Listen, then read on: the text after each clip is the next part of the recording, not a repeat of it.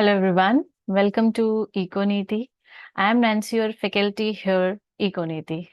So after a long gap, we all are meeting, and this is the Indian economy class because last class जो मैंने Indian economy की ली थी वो बहुत ज़्यादा हेल्पफुल रही हमारे स्टूडेंट्स के लिए। आई रिसीव्ड मेनी मैसेजेस कि आपके पढ़ाए हुए बहुत सारे क्वेश्चंस आए and I am very happy for that. So from that motivation, from that motivation, this is the another video on the economic survey 25-26. Now the what's new in this video? क्योंकि इस class में मैंने अपना horizon और बढ़ाया है, broaden किया है। In what sense? Because last हमारी जो इंडियन इकोनॉमी की क्लास थी वो is only relevant for, it's not, we can not say कि only relevant for UGC NET, but biased towards the UGC net. But this video is for all the examination. If you are preparing for UGC net, if you are preparing for RBI DEPR, if you are preparing for Indian Economic Services, if you have prelims this time, कि कहाँ से क्या क्या data जहाँ पे factual knowledge पूछे जाते हैं, I will try to cover everything and I will try to cover the whole things that was relevant for your examination.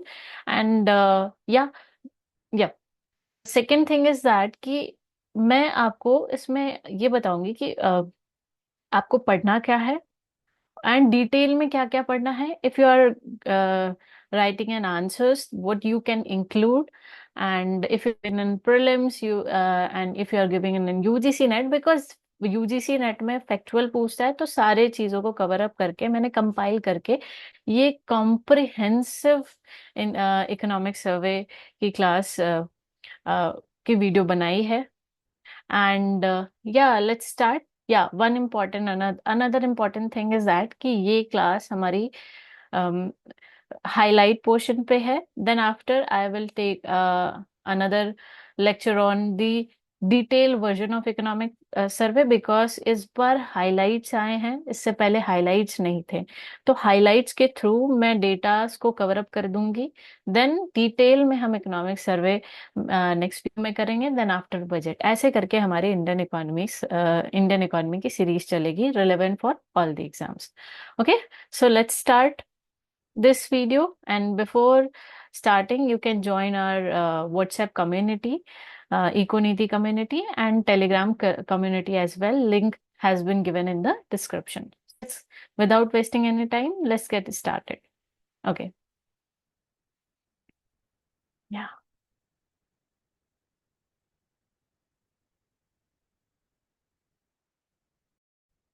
Yeah.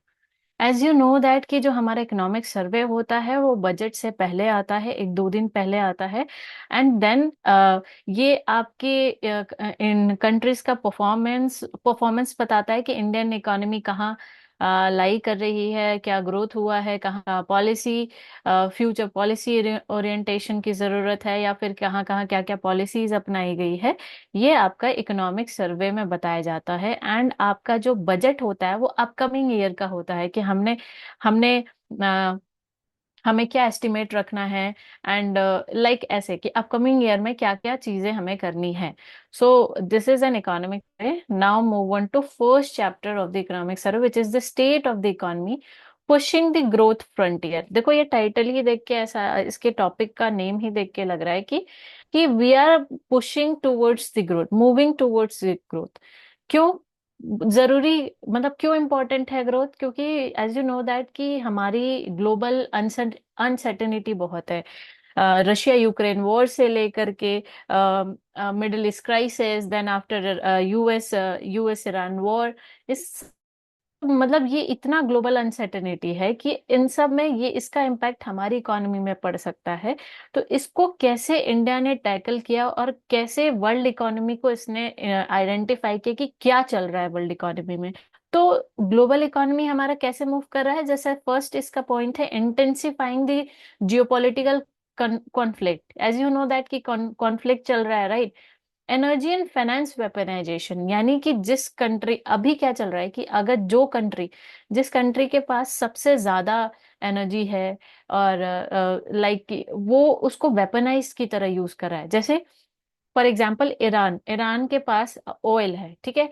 उसने क्या किया, वो स्ट्रेट ऑफ हॉर्मूज से एनर्जी से एनर्जी बहुत है ना ईरान के पास, तो उसने क्या किया कि भाई तुम लड़ो मेरे से, मेरे को कोई इशू नहीं है, मैं एनर्जी सेक्टर को ब्लॉक कर दूंगा, एनर्जी ही ब्लॉक कर दूंगा, ऑयल नहीं सप्लाई करने दूंगा। इससे क्या होगा, शॉर्टेज की कंडीशन डेवलप होगी। तो एक तरीके का एनर्जी एंड फाइनेंस को वेपनाइजेशन की तरह यूज किया जा रहा है। Now the second is the export control on technology, ठीक है। एक्सपोर्ट करना टेक्नोलॉजी ड्रिवन है, जैसे कि इंडिया, इंडिया ने अब सेमीकंडक्टर के ऊपर फोकस किया कि मैं इंपोर्ट को कम करूँ, और एक्सपोर्ट पे फोकस करूँ, और मेक इन इंडिया की तरफ जाऊं, मेड इन इंडिया की तरफ मूव करूं, ताकि हम अपनी टेक्नोलॉजी को अपग्रेड कर सके। Now the scepticism about the free trade. Now another is competition for critical mineral. इसका बेस्ट एग्जांपल है अभी वेनेजुला में जो हुआ था, एंड अनदर ग्रीनलैंड इशू। ये सारा क्या है, ये पूरी ग्लोबल अनसर्टेनिटी को दिखा रहा है कि हमारी वर्ल्ड इकोनॉमी में चल क्या रहा है। अब इसका इफेक्ट जरूर, मतलब इसका इफेक्ट तो हम इंडियन इकोनॉमी पे पड़ेगा ही। इंडिया इसको कैसे टैकल कर रहा है, इसमें ये बताया गया है कि इस अनसर्टेनिटी के सिचुएशन में how India is responding to,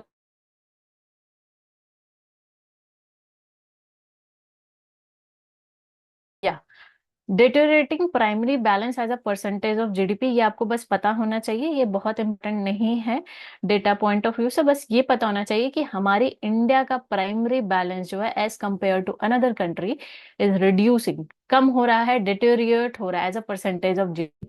मैंने यहाँ पे देखो इसके सारे डेफिनेशंस लिख दिए हैं कि लाइक कि प्राइमरी बैलेंस क्या होता है, is the difference between government revenue and the spending excluding interest payment. तो दिस इज डिटोरिएटिंग, कम हो रहा है एज कंपेयर टू अदर। देखो ये अब ऐसे डेटास को ना आना चाहिए आपको, ये माइनस में है, यानी कि माइनस से अब ये कम हो रहा है, दैट मीन्स कि हम अब कम होते जा रहे हैं, ठीक है। हमारा जो प्राइमरी बैलेंस है as a percentage of GDP, ये कम हो रहा है, ये आपको पता होना चाहिए। You can write this in answers, जब इंडियन इकोनॉमी से रिलेटेड कोई भी क्वेश्चन आएगा, you can include in this answer. Okay, now India, according to economic survey, India का जो ग्रोथ प्रोजेक्शन है which is around 6.8 to 7.2% in the financial year 27, ठीक है। This data has to be remembered, इसको आपको याद रखना है, 6.8 to 7.2% in the financial year 2027। Okay, now now move on to next. या अब हमारा अपार्ट फ्रॉम ये भी होता है ना कि लाइक कि हमारी वर्ल्ड इकोनॉमी में इतना अनसर्टिनिटी चल रहा है, तो हमारा इंडिया का ग्रोथ प्रोजेक्शन इतना क्यों हाई है? इसके पीछे मेन कारण है, मेन रीजन है, was the private consumption and the investment. India का private consumption is around 61.5%, like 61.5%, ठीक है। First advance estimate and provisional estimate. अब आपको इसका डिफरेंस पता होना चाहिए, जब तक आप इसका डिफरेंस नहीं पता करोगे तब आपको समझ नहीं आएगा what is the meaning of first advance estimate. ये बजट से पहले ये एस्टिमेट आता है, right, released in the early January, मतलब बजट से पहले आता है, आपको इतना पता होना चाहिए। और प्रोविजनल एस्टिमेट ये हाफ ईयरली में आता है, ये एक्चुअल डेटा होते हैं जो कि पूरा फाइनल डेटा नहीं है, बट ये हाफ बीच में आते हैं, अराउंड मई के टाइम में आएगा, लेट मई में। तो ये प्रोविजनल एस्टिमेट होते हैं। फाइनेंशियल ईयर 2025 में ये एस्टिमेट किया गया था 61.5, 61.4, देन पोस्ट एडवांस एस्टिमेट में 61.5, यानी कि the main reason for economic growth is the private final consumption expenditure and investment expenditure which is around 29.9% and 30%। ये आपको डेटा रिकॉल होना चाहिए। जैसे मैं बार बार इसलिए बोल रही हूँ कि मेरे बोलने से ही ये आपको दिमाग में रहे, यू कैन, मतलब मैं बता रही हूँ तो आपके दिमाग में ये रहे कि हाँ इसको याद रखना है। You can write in anywhere, जब भी इंडियन इकोनॉमी का कुछ भी लिख रहे हो, you can use this data now. या अनदर इम्पॉर्टेंट, ये बहुत इंपॉर्टेंट है कि gross real gross value as a percentage कितना है, GVA as a percentage of GVA. तो टोटल जीवीए इज अराउंड 7.3%। इसमें से agriculture is 3.1, 6.2, 9.1। Agriculture is 3.1, industry GVA is 6.2, and services GVA is 9.1। Services GVA is 9.1। ये आपको याद रखने हैं। ओके, ये क्या है आपका financial year 26 post advance estimate. Question कैसे बनते हैं, ऐसे ही बनते हैं, स्टेटमेंट में दे देगा आपको कि first advance according to the financial year 26 first advance estimate में जीवीए आपका कंट्रीब्यूशन 7.3% स्टेटमेंट में दे दिया। अब आपको रेक्टिफाई करना है कि 7.3 था क्या था, जिसमें से एग्रीकल्चर का 3.1, 6.2, 9.1, ऐसे करके आपको याद रखना है कि एग्रीकल्चर 3.1, उसका जस्ट डबल 6.1, 6.2, एंड उसका जस्ट जैसे तो 3 के मल्टीपल्स में चल रहा है, 369, तो ऐसे याद कर लो 369। देखो अभी याद हो जाएगा ये 369। Okay, now one of the major, मतलब 2025 आपका ऐसा ईयर था जिसमें बहुत सारे रिफॉर्म्स किए गए, बहुत सारे रिफॉर्म्स किए गए, और 2025 को क्या बोला गया, रिफॉर्म ईयर बोला गया। तो उस रिफॉर्म्स के बारे में डिटेल में थोड़ा मैं आपको बता देती हूँ कि रिफॉर्म्स क्या क्या किए गए हैं। पहला कैपिटल एक्यूमुलेशन, अभी मैं और बताऊंगी कैपिटल एक्यूमुलेशन, जिसमें sustain capex, private investment, revival, logistic reform, then labour inputs. Okay, इसको भी मैं अभी डिटेल में बताऊंगी। Then after total factor productivity. Then अब ये आप देखो, क्योंकि इंडिया का पोटेंशियल जीडीपी ग्रोथ 7.7% है, तो ये इसका का क्या है, apart from the global uncertainty, India कैसे इतनी तेजी से ग्रो कर रहा है, just because of the reforms that has been happened during the has been happened 2025, right. अब क्या क्या रिफॉर्म्स हुए हैं, सबसे पहला रिफॉर्म आपका टैक्सेशन में हुआ है। मैंने यहाँ पे इसको बहुत डिटेल में लिखा है, टैक्सेशन में, राइट। टैक्सेशन में क्या रिफॉर्म हुआ है, न्यू इनकम टैक्स एक्ट 2025 को इंट्रोड्यूस किया गया है, जिसमें 12 लाख तक टैक्स रिलीफ दिया गया है, राइट। Sorry about that. या देन जीएसटी 2.0, जीएसटी 2.0 आया, जिसमें रैशनलाइज किया गया था रेट्स को। Then second one is labour code, 3 labour laws लाए, 4 लेबर कोड्स आए थे, wages, industrial relation, social security and occupational safety. इसकी वजह से ये आप मतलब ये लेबर रिफॉर्म्स थे। देन आफ्टर सबसे मोस्ट इम्पॉर्टेंट, मनरेगा को रिमूव करके विकसित भारत ग्रामीण एक्ट 2025 लाया गया, जहां पे मैं आपको दिखाती हूँ, इफ आई एम कैपेबल, या ये स्प्लिट हो गया है 2 पेज में के। या ये टॉप पे देखो आप, जहां पे पहले मनरेगा में 100 डेज की एम्प्लॉयमेंट मिल रही थी, but after that it increases to 125 days, right. Another या second one is labor code, then third one is financial and capital market reform। इसमें क्या क्या किया गया, इसके अंदर आपको ये आप डिटेल में पढ़ोगे कि क्या क्या रिफॉर्म किया गया। If you are writing an answers, you have an idea कि रिफॉर्म के अंदर क्या क्या चीजें चेंजेस की गई थी। Okay, banking laws amendment act 2025, जिसके अंदर enhances depositor protections and governance, and 4 nominee आप बना सकते हो बैंकों को, बैंकों के अंदर, एंड सिक्योरिटी मार्केट कोड, आपकी सिक्योरिटी मार्केट से रिलेटेड है, एंड विच इज जिसके अंदर आपका अ, जिसके अंदर आप बहुत सारे जो लॉज थे उसको मर्ज करके सिंगल लॉज में लाए थे, इसको आप डिटेल में पढ़ लेना। देन आफ्टर एफडीआई को भी 100% कर दिया गया है इन द इंश्योरेंस मार्केट। या नेक्स्ट पेज में मैंने इसको लिखा है, इन द इंश्योरेंस मार्केट 100% है।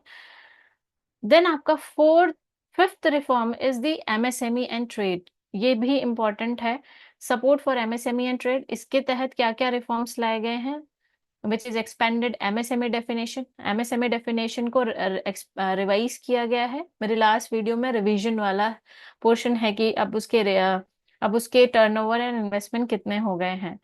देन एक्सपोर्ट प्रमोशन मिशन, इसमें पढ़ लेना क्या क्या रिफॉर्म्स किए गए। ये बेसिकली एक फ्लैगशिप स्कीम है। पहली बार फर्स्ट टाइम एक्सपोर्टर मतलब फ्लैगशिप मिशन है to empower first time exporter and MSME. Okay, ये रिफॉर्म एक्सप्रेस में, this is the fifth one. Now another one, next one is, yeah, sixth one, where is the sixth one? या six one is ease of doing business. Ease of doing business के अंदर भी reforms, ease of doing यानी कि हम जितना अपने governance को इजियर बनाते जाएंगे और इफेक्टिव बनाते जाएंगे, उतना हमारी इफेक्टिवनेस बढ़ेगी, राइट। तो इसके लिए सरकार ने जन विश्वास फ्रेमवर्क को लाया था, regulatory simplification, trust based governance model को डेवलप किया था। तो ये सारे आपका, हाँ, या another fourth one is energy sector में भी रिफॉर्म था, जिसके अंदर शांति बिल को इंट्रोड्यूस किया गया था। या मैंने यहाँ लिखा हुआ है शांति बिल को, yes, Shanti bill, which is on the nuclear energy, right? Then in the energy sector, another reform is the maritime reform, ठीक है। तो इसके बारे में आप डिटेल में पढ़ लेना। अब आपको इसको याद कैसे करना है, if you are writing an answers you can mention it like that, कि ऐसे ऐसे मैंने आपको बता दिया कि ये सारे रिफॉर्म्स हुए हैं, अब इसको डिटेल में आप थोड़ा पढ़ लेना, राइट। इफ यू अब इसको आंसर्स में कैसे लिखना है, तो मैंने इसके लिए एक निमोनिक बनाया था कि felt is MSME, felt is MSME, right. ये बोलने में भी अच्छा लग रहा है, फेल्ट इज एमएसएमई। तो F for financial sector reform, E for ease of doing business, L for labor code, T for taxation, E for energy sector, and this E for ease of doing business in the MSME sectors। तो ये एक mnemonic है, इसको आप याद कर लोगे तो आपको रिफॉर्म्स दिमाग में रहेंगे, तो you have an idea, you have an overview कि मुझे इतने सेक्टर्स के अंदर लिखना है। ओके, नाउ ये आपका फर्स्ट चैप्टर था, फर्स्ट चैप्टर के हाइलाइट्स थे इकोनॉमिक सर्वे के। Now move on to second chapter which is on the development. क्योंकि हमारी अभी सबसे ज्यादा मोस्ट इम्पोर्टेंट क्या है, कंट्री का फिस्कल डेवलपमेंट, फिस्कल स्टेबिलिटी होनी चाहिए, सस्टेनेबिलिटी होनी चाहिए। बहुत ज्यादा फिस्कल डेफिसिट होगा तो बहुत ज्यादा नुकसान होगा कंट्री को, इन्वेस्टमेंट नहीं आएंगे, इन्वेस्टर्स के कॉन्फिडेंस लूज हो जाएगा। तो आपको ये याद रखना है कि fiscal consolidation is very important for a country, right. इसके लिए एंकरिंग, इसका इन्होंने टाइटल क्या रखा, एंकरिंग स्टेबिलिटी, यानी we are trying to move towards the stability now through credible consolidation, right? We are credible of doing something now। इसके अंदर आपको क्या याद रखना है, डेटाज याद रखने हैं, बहुत इंपॉर्टेंट है, हर एग्जाम में आते हैं कि फिस्कल डेफिसिट, प्राइमरी डेफिसिट कितना है, प्रोजेक्शन कितना किया गया है। Fiscal deficit is around provisional financial year 25 as a percentage of GDP। Yeah, you can see here as a percentage of GDP, ठीक है। 25 में अराउंड 4.8% एंड आपका primary deficit around 1.3% as a percentage of GDP, जो कि घट के budget में मतलब एस्टिमेट किया गया कि हम इसको 4.8 तक लाएंगे एंड 0.8 तक लाएंगे आपका प्राइमरी डेफिसिट, ठीक है। तो आपको डेटा याद रखना है, क्योंकि जितना कम फिस्कल डेफिसिट होगा उतना एक level 4 I am not sure, 4 FRBM के अकॉर्डिंग 4.2 था। ओके, यू कैन कमेंट में इन द बॉक्स कि मैं सही बोल रही हूँ कि नहीं, because the more you English the more you learn. अगर आप टाइप करोगे ना कि हाँ मैंने ये एफआरबीएम के अकॉर्डिंग इतना है मैम, तो आपको याद रहेगा। Okay, you can me if I am wrong, ठीक है। तो budget estimate financial year 26 budget estimate is 4.4 and 0.8। Now ये आपको बस एक बार गो थ्रू करना है। इम्प्रूव रेवेन्यू, क्या क्या टारगेट थे, टारगेट है इनके, improve revenue buoyancy, continued continued emphasis on capex, improve fiscal transparency, continued fiscal reduction along the credible path. Okay, ये इनके टारगेट्स हैं. Now another important thing is sustain revenue buoyancy and broadening the direct tax base. पहले क्या हो रहा था कि indirect taxes से बहुत ज्यादा इनके पास रेवेन्यू आते थे, but after the GST rationalisation इनके जो टैक्स इनडायरेक्ट टैक्सेस के बेस है वो रिड्यूस होने लगे. They are trying to expand his direct tax base. ठीक है, तो पहले प्री पैंडेमिक लेवल में देखो 52% आपका green one is direct tax 52%, जो कि बढ़ के 59% हो गया डायरेक्ट टैक्स बेस. यानी टैक्स बेस का मतलब क्या होता है? Where the tax revenue grows faster than the nominal GDP. Okay, tax direct tax base is the tax revenue grows faster than the GDP, which is before pre-pandemic level is 52% and after that financial year 25 is 59%, जिसमें indirect taxes का जो आपका base है वो reduce हुआ है 48 to 41. ये आपको याद रखना है, रटना नहीं है कोई चीज भी. Try to understand and inculcate the things in your mind कि वाई दिस इज हैपनिंग. ठीक है, इसके पीछे की बैकग्राउंड आपको पता होनी चाहिए कि चल क्या रहा है, क्यों ऐसा हो रहा है. तो अगर रटोगे तो बिल्कुल नहीं याद होगा, क्योंकि डेटाज है. You have to you are an economics student, you have to know the data, what is happening in the economy. Now another important thing कि अब हमें ये पता होना चाहिए कि gross tax revenue as a percentage of GDP क्या है, tax revenue as a percentage of GDP क्या है, और क्या चल रहा है इन द टैक्स सिस्टम, कि कितना रेवेन्यू हमें मिल रहा है, राइट. तो पहले आपका revenue receipt as a percentage of GDP is 8.5 revenue receipt, जिसमें डायरेक्ट एंड इनडायरेक्ट दोनों आ जाते हैं. ठीक है, as a percentage of GDP, just a second guys. या तो as a percentage of GDP is 9.1%, right, जो कि बढ़ा है 8.5 से. यू कैन सी हियर 8.5 से 9.1% हो गया है. Gross tax revenue as a percentage of GDP is also increasing from 10.8% to 11.5%. ठीक है. Now non corporate tax collection as a percentage of GDP is also increasing from 2.4% to 3.3%. यानी बढ़ा ही है यार. ठीक है, इनकम टैक्स फाइल रिटर्न भी आपकी बढ़ी है. ये आपको याद नहीं रखना, बट क्या याद रखना है, this percentage as a percentage of revenue. ये आपसे पूछ लेता है एग्जाम में, यूजीसी नेट के एग्जाम में पूछ लेता है कि कितना है gross tax revenue as a percentage of GDP, और 4 ऑप्शन दे देंगे. स्टेटमेंट वाइज में भी पूछ सकता है, किसी भी एग्जाम में पूछ सकता है. ठीक है, now move on to next. क्या इसमें आपको क्या याद रखना है? इसमें आपको कुछ याद नहीं रखना, डेटा से कोई मतलब नहीं है. बस एक बार देख लेते हैं क्या चल रहा है जीएसटी में. जीएसटी का कलेक्शन आपका डाउन हुआ है, बट आपका ईवे बिल्स वॉल्यूम जनरेशन ये आपका इंक्रीज हुआ है. कलेक्शन डाउन हुआ है जस्ट बिकॉज ऑफ रैशनलाइजेशन, क्योंकि हमने रेट्स का रैशनलाइजेशन किया है. कलेक्शन डाउन हुआ है, स्टेबल हुआ है. We can not say that it's move towards down, but it's stabilises, right. It's an healthy condition for an economy. We can not say कि डाउनफॉल हुआ है तो घटा है, ना ना, it's an stable condition and healthy conditions. Now e-way bills आपके increase हुए हैं, यानी कि ट्रांजेक्शन ऑफ गुड्स आपका बढ़ा है. ट्रांजेक्शन ऑफ गुड्स इसकी वजह से बढ़ा है. रेट्स रैशनलाइज हुए, रेट्स कम हुए तो गुड्स का ट्रांजेक्शन बढ़ा है. दिस इज सफिशियंट फॉर, इतना आपको पता होना चाहिए. नाउ आपको जीएसटी ट्रांसफॉर्म, जीएसटी 2.0 रिफॉर्म्स आपको पता है कि 2 रेट्स हो गए हैं, 18% and 5%. Standard and merit 2 rates हो गए हैं, 40% ऑन डी मेरिट और सिन goods.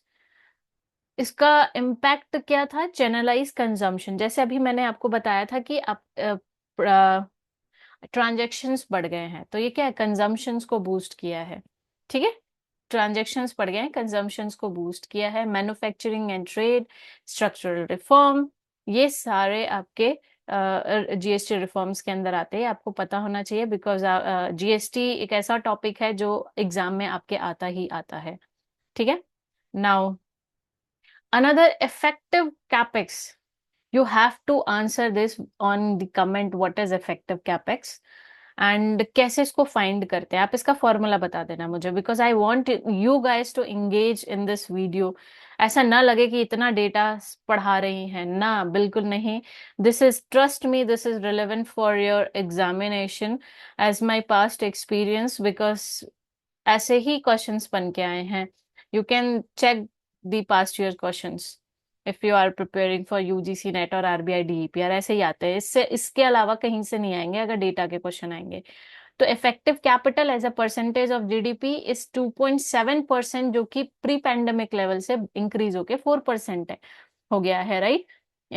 2.7 to 4% in the financial year 2025.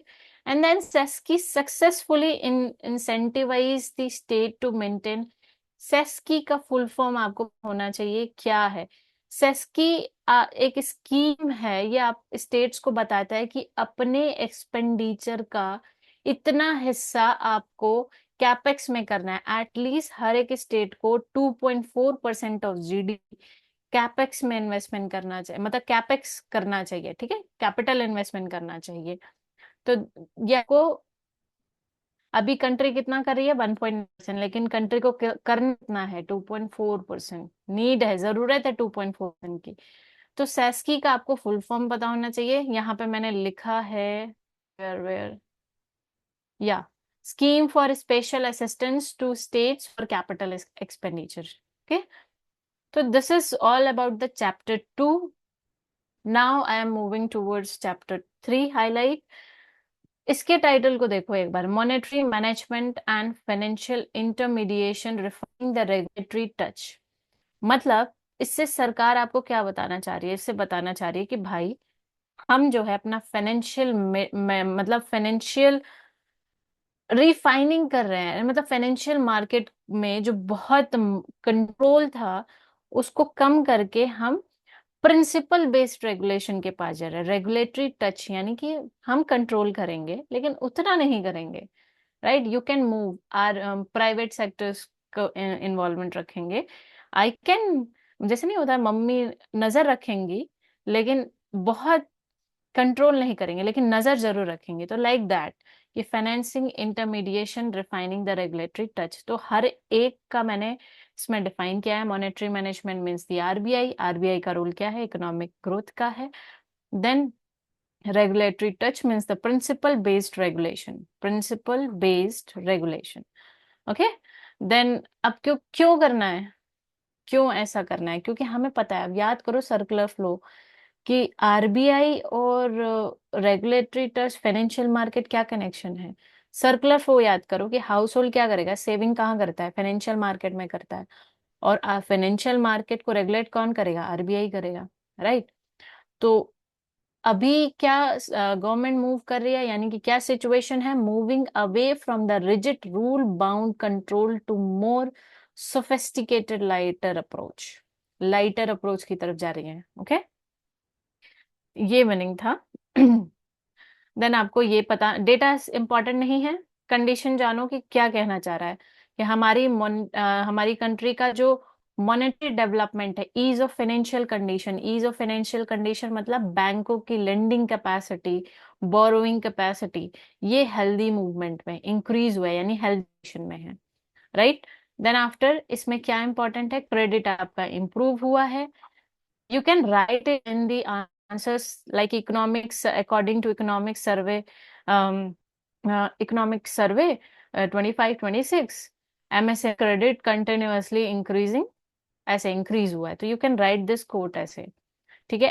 अब एनपीए की बात लेते हैं। इस डेटा को, इस ग्राफ को समझने की कोशिश करना। देखो, initially from March 2025, sorry March 15 to March 18, 2015 से लेकर 18 तक हमारा जो एनपीए है वो ड्रास्टिकली बढ़ा है, ठीक है। Strengthening NPA, and after that ये घटा है due to reforms, due to reforms in the financial sector, financial market, banking sector, right. अभी हम गोल्डन पीरियड में चल रहे हैं बिकॉज हमारा जो एनपीए है, gross national non performing assets, which is around 2.2%. Sorry. And which is around 0.5%, and NNPA is around 0.5, and GNPA is around 2.2, which is star है। देखो यहाँ पे इसको मिला है ना, अच्छी कंडीशन में है, हम लोग घटा है, तो ये आप डेटा यहाँ से ये याद कर सकते हो। Now move on to next, just a second. या ये इसमें आपको कुछ बहुत ज्यादा इम्पोर्टेंट नहीं है, पेंशन कवरेज है, एक बार देख, only just read, only just read. Okay, अब रीड कैसे करोगे, इसको पॉज कर लेना, इस वीडियो को एक बार रीड कर लेना क्या चल रहा है इंश्योरेंस मार्केट में, प्रीमियम में and all. Now this is not relevant for your exam. Yeah, regulatory development, you have only to pause it and read it. इसको पॉज कर लो, रीड पढ़ लो कि बैंकिंग सेक्टर में क्या क्या रिफॉर्म हुए हैं, periodic review and consultations, banking sector, public sector bank introduce credit assessment, model of ease of doing business for MSME, and RBI free free AI, and capital market में क्या क्या reforms किए गए हैं, SCRA 1956, RBI act 1992, and Depository Act 1996, consolidating India's security market into a single framework। याद है reform में मैंने भी बताया था कि एक सिंगल फ्रेमवर्क में ला रहे हैं, वो इसी की बात है कि the security market code 2025। Now SEBI launch the investors protection tool, and ये एक बार पॉज करके पढ़ लेना। इंश्योरेंस सेक्टर में सबका बीमा, you have to write all this while writing the answers, this quotation, सबका बीमा सबकी रक्षा एक्ट, ठीक है, 2025 को इंट्रोड्यूस किया गया है। India's digital data protection framework insurance market में इंट्रोड्यूस किया गया, लाइक इंश्योरेंस गवर्नेंस के लिए। ओके, तो एक बार इसको पॉज करो, पढ़ लेना। Now move on to next. या progress in micro credit, which is Pradhanmantri Mudra Yojana, and the street vendors वाला program Svanidhi, PM Svanidhi program, right. इसमें क्या हुआ, इसको एक बार पढ़ लेना। सबसे इम्पोर्टेंट क्या है कि आपको ये पता होना चाहिए प्रधानमंत्री मुद्रा योजना कब लॉन्च हुआ है, इसके अंदर क्या क्या है। डोंट वरी, मैं इसको भी लेकर के आई हूँ। तो प्रधानमंत्री मुद्रा योजना के तहत 69% जो बेनिफिशरीज थी वो वुमेन्स थी, and 15.6 lakh crore disbursed across the 33 crore account for ST/SC OBC। ये आपको पता होना चाहिए कि इसमें क्या है। While writing the answer, you have to mention these things. Now, PM Svanidhi योजना, इसके बारे में अभी मैं आती हूँ। या प्रधानमंत्री मुद्रा योजना एक फ्लैगशिप स्कीम है, फ्लैगशिप गवर्नमेंट स्कीम है। फ्लैगशिप मीन्स होता है कि प्रायोरिटी सेक्टर्स, प्रायोरिटी पे रखा गया है इस स्कीम को। ये 8 अप्रैल 2015 को लॉन्च हुआ था, एंड इसके कुछ की फीचर्स है। Loan limit, collateral free, eligibility activity, lending institution, कौन कौन इसके तहत आपको लोन दे सकता है। कैटेगरी शिशु किशोर तरु प्लस। एक बार इसको पॉज करना, पढ़ लेना ये क्या है, बहुत इंपॉर्टेंट है। नाउ अनदर कम टू प्रधानमंत्री स्वनिधि योजना, इसमें क्या चेंजेस आए हैं, पॉज करना, पढ़ लेना इसको। ओके, एनहांसिंग लोन स्ट्रक्चर, की बेनिफिट इंसेंटिव्स, ये आपके इसके अंदर इंक्लूड किए गए हैं। नाउ कम टू इकोनॉमिक्स सर्वे की क्या चेंजेस, क्या अचीवमेंट्स हुई है इसकी स्कीम्स में। Empowering Indian street vendors, improving quality of life, empower minority, 33 beneficiary womens थी, 64% OBC ST एंड SCs थे। Healthy credit metrics, NPA rate being below 10%। तो this is about the PM Svanidhi. एक बार बस रीड करना है, इसको रटना नहीं है, बस पढ़ लो एक बार। Okay okay, now move on to another, या chapter number 4, which is the external sector। External sector का मतलब प्लेइंग द लॉन्ग गेम। अब एक्सटर्नल सेक्टर क्यों इम्पोर्टेंट है, बिकॉज ऑफ जस्ट बहुत सारे ग्लोबल अनसर्टिनिटीज की वजह से बहुत इंपॉर्टेंट है इसको टैकल करना। अगर हमारा एक्सटर्नल पॉलिसी पॉलिसी अच्छा नहीं होगा तो इंडियन हमारी इकोनॉमी अच्छे से रन कर ही नहीं पाएगी। तो क्या सिचुएशन है वो देख लेते हैं। ये पैटर्न रिमेम्बर कर लेना कि ट्रेंड ऑफ ग्रोथ क्या है। एडवांस इकोनॉमिक्स के ग्रोथ है वो घट रहे हैं, देखो। इमर्जिंग एक्सपोर्ट घटा है 3.3। ये याद नहीं रखना है, बस आपको इसके पैटर्न्स पढ़ने हैं। क्या है? Trade policy uncertainty is likely to have pronounce impact on trade volumes, market and developing economies then those of advance economies. ठीक है, ये घटा है ड्यू टू अनसर्टेनिटी की वजह से। एक्सपोर्ट भी घटा है, इंपोर्ट भी घटा है। ठीक है, एडवांस कंट्री का भी, एमर्जिंग डेवलपिंग इकोनॉमीज भी। ठीक है। Now yes, India trade performance, ये बहुत इंपॉर्टेंट है। अब क्वेश्चन बन सकते हैं इस पे कि इंडिया का ट्रेड परफॉर्मेंस फाइनेंशियल ईयर 2026 में अकॉर्डिंग टू अप्रैल से दिसंबर 25 में क्या था। ठीक है, तो मर्चेंडाइज, देखो ये कितना प्यारा ग्राफ बनाया है इन्होंने। इस ग्राफ को देख करके ऐसा लग रहा होगा, डर सा लग रहा है, बट बहुत प्यारा सा ग्राफ है। देखो मतलब ये इनका इन्होंने ना ये इंक्लूड किया है। ये क्या बता रहे हैं? Pink one is merchandise import, right? Pink one is merchandise import और purple one is merchandise export. Merchandise export यानी export and import of only goods not services, which is year on year growth. इसका is 5.9 and इसका is 2.9 2.4। इसको याद रखना है आपको। यानी इंपोर्ट का year on year growth is 5.9, export का year on year growth is 2.4, जिसकी वजह से डेफिसिट हुआ है, विच इज अराउंड -2 to 4.0। ये याद नहीं रखना है ये डेटा, बट आपको ये पता है ट्रेड डेफिसिट इंक्रीज हुआ है। ठीक है, now come to this one. देखो ये आपका अप्रैल से दिसंबर 24 का था, फ्रॉम अप्रैल टू दिसंबर 25, ये प्रोविजनल है। ठीक है, अब इसमें देखो इंपोर्ट इतना किए, एक्सपोर्ट इतना किए। तो इससे क्या समझ में आ रहा है कि हमारा जो ट्रेड डेफिसिट है वो इंक्रीज हुआ है from April December 24 to April December 25। Trade deficit हमारा इंक्रीज हुआ है। Just a second guys. Okay, trade deficit आपका बढ़ा है। And non petroleum, non gem and jewellery export and import, ये भी आपका है ट्रेड डेफिसिट। देखो 6 ईयर ऑन ईयर ग्रोथ कितना है? 6.0% ईयर ऑन ईयर ग्रोथ है from April December 24 to 25। And इसका इंपोर्ट का ईयर ऑन ईयर ग्रोथ है 9.5%। एक्सपोर्ट का ईयर ऑन ईयर ग्रोथ है 6.0%। तो आपको ये बहुत ही अच्छे से ये डेटा याद होने चाहिए। You can mention anywhere, you can, इससे पूछते हैं एग्जाम में, एज इट इज उठ के आते हैं। ठीक है, ये रिमेम्बर, याद रखना, remember all this. Now move on to next. Services trade. Before, इससे पहले हमने मर्चेंडाइज एक्सपोर्ट पढ़ा, अब सर्विसेज के बारे में देख लेते हैं।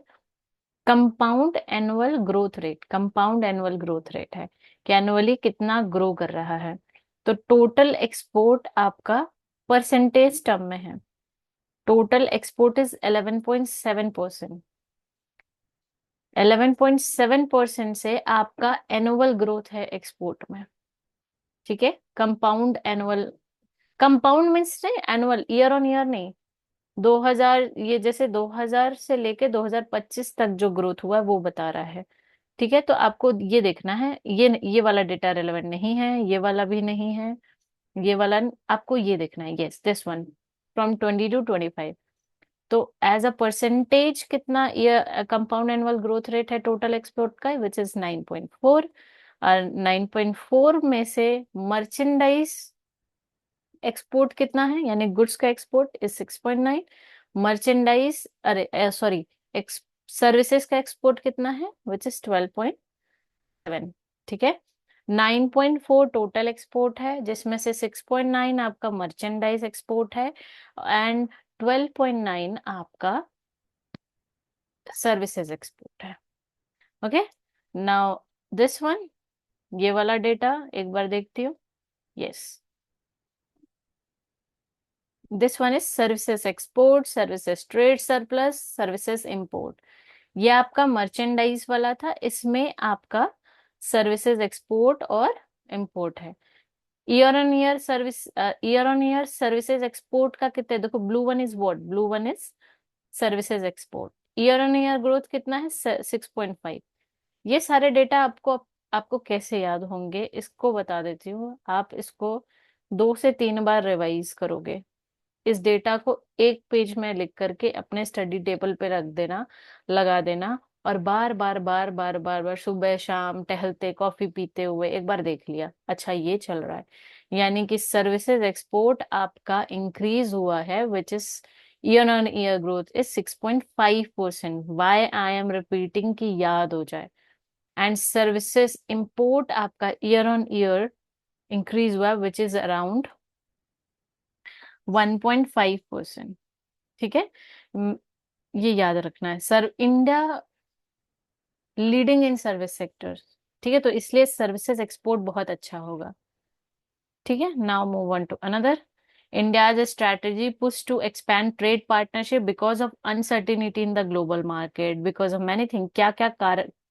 क्या कारण है कि इंडिया इतने सारे ट्रेड पार्टनरशिप कर रहा है, स्ट्रैटेजिक पुश कर रहा है, like CEPA, India UAE CEPA, इतने सारे ट्रेड एग्रीमेंट्स क्यों कर रहा है, फ्री ट्रेड एग्रीमेंट्स एंड ये, इसके पीछे कारण क्या है? ये सारे आप इसको पढ़ लेना एक बार पॉज करके, कितने एग्रीमेंट्स हुए हैं। ठीक है, इसका कारण मैं आपको, ये ये मेरे खुद के मैंने लिखा है इसका रीजन। रीजन क्या रीजन है? ये अ, इतने एग्रीमेंट्स के, ट्रेड एग्रीमेंट्स के, to achieve the ambitious economic goal and navigate a shift global landscape. ठीक है, ambitious economic goal and navigate a shift global landscape by the end of April 2026। ठीक है, numerous landmark deal by the end of April 2026। एक agreement हुआ था जिसको mother of all deal बोलते हैं, यूरोपियन यूनियन का। You have to mention this while in the answer writing. Trade agreement का क्या कारण था? इकोनॉमिक एम्बिशियस गोल्स शिफ्ट हो रहा, इकोनॉमिक गोल को पाना, अचीव करना, क्योंकि ग्लोबल अनसर्टेनिटी है, तो ट्रेड पार्टनरशिप इज करना इंडिया को सही लगा। ठीक है, अनसर्टेनिटी की वजह से कि कभी कोई एनर्जी को ब्लॉक कर दे रहा है, कभी कोई उस पे सैंक्शंस लगा रहा है, टैरिफ लगा दे रहा है, तो इससे बेटर है कि हम एग्रीमेंट कर लेते हैं क्योंकि मैं सेफ रहूंगी। ठीक है, तो bye the end of 2026 mother of all deal is the European union and agreement with the UK, Oman, New Zealand. ठीक है, अब यहाँ पे आ जाते हैं कि प्राइमरी स्ट्रैटेजी एंड ड्राइवर्स क्या क्या थे, क्यों करना पड़ रहा है ऐसा। पहला कारण था इकोनॉमिक एम्बिशंस। इकोनॉमिक एम्बिशंस मतलब क्या है कि इंडिया को पहले तो 2 ट्रिलियन 2030 तक पहुंचना है, उसने टारगेट रखा है इस ट्रेड एग्रीमेंट से। मतलब इस ट्रेड एग्रीमेंट का ये कारण है, ड्राइवर है, स्ट्रैटेजी क्या अपने, क्यों ऐसा किया गया है। तो 2 trillion in total export bye 2030।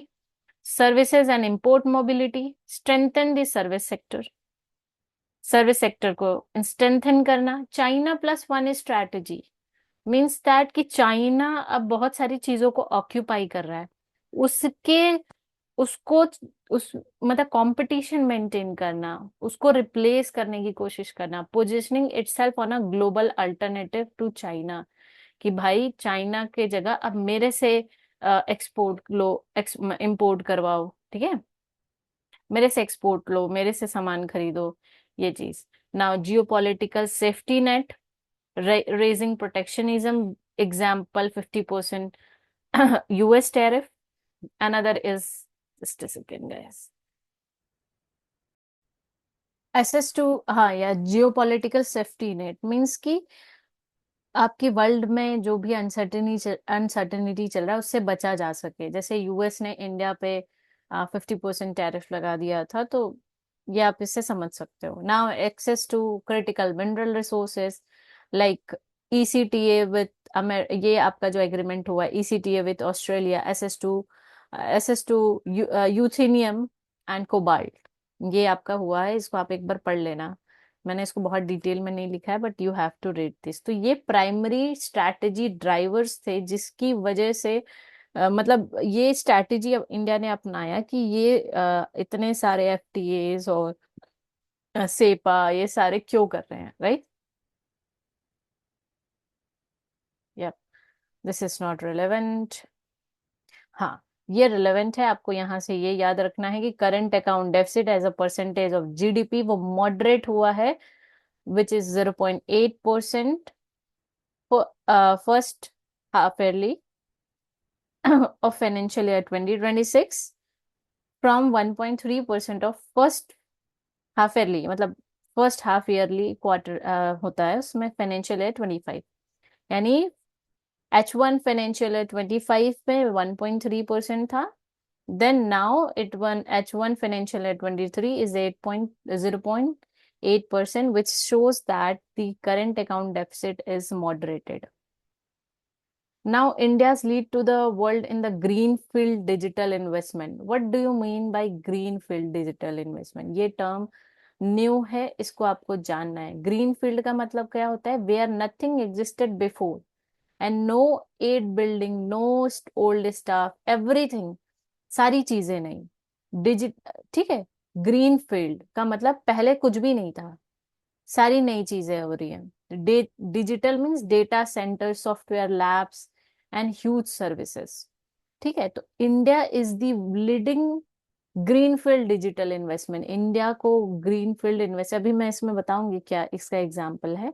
Greenfield investment में लीड कर रहा है कि जस्ट लाइक कि अमेजन का कोई कंपनी यहाँ पे नहीं था, अमेजन ने अपने सॉफ्टवेयर और लैब्स यहाँ पे डेवलप किए, पूरी नई तरह से स्टाफ रखा, कोई भी अ, पुरानी चीजें नहीं लाई, यहाँ पे स्टैब्लिश किया। ग्रीनफील्ड इन्वेस्टमेंट इसी को बोलते हैं। तो इंडिया लीड कर रहा है।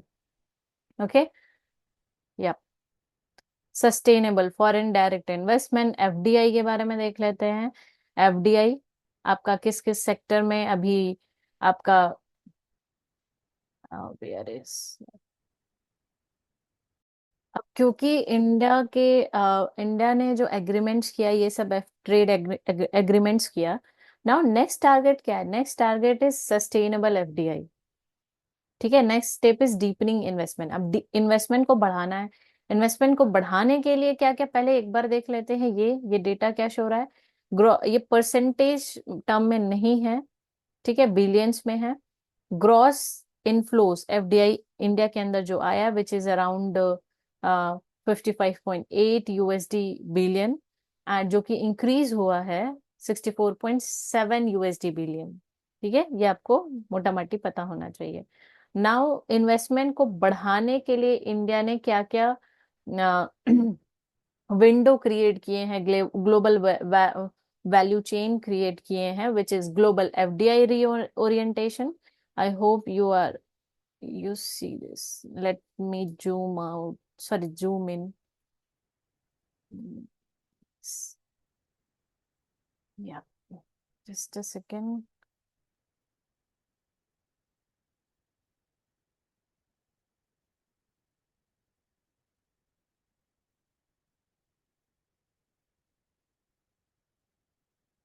Yes.